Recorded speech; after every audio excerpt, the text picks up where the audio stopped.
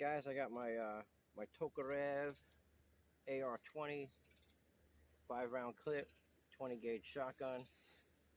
I had a little issue with this when I first got it. I was running 2 3/4 inch shells and it wasn't cycling the ammo. So reached out to Tokarev. They said try a 3-inch shell. So I went and got a 3-inch shell. She's ready to rock and roll. Let's see if she cycles through the ammo this time.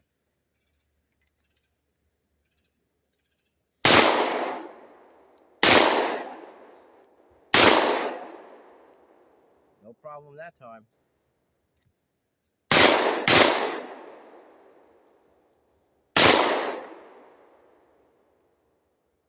Yep. And she opened up clean. There you go. Tokarev AR-20. I like a 20 gauge, not as much recoil, same velocity, and you can, now it's not going to hold as much BBs or pellets as a 12 gauge, but you can get the same spread by adjusting the choke. So there you go.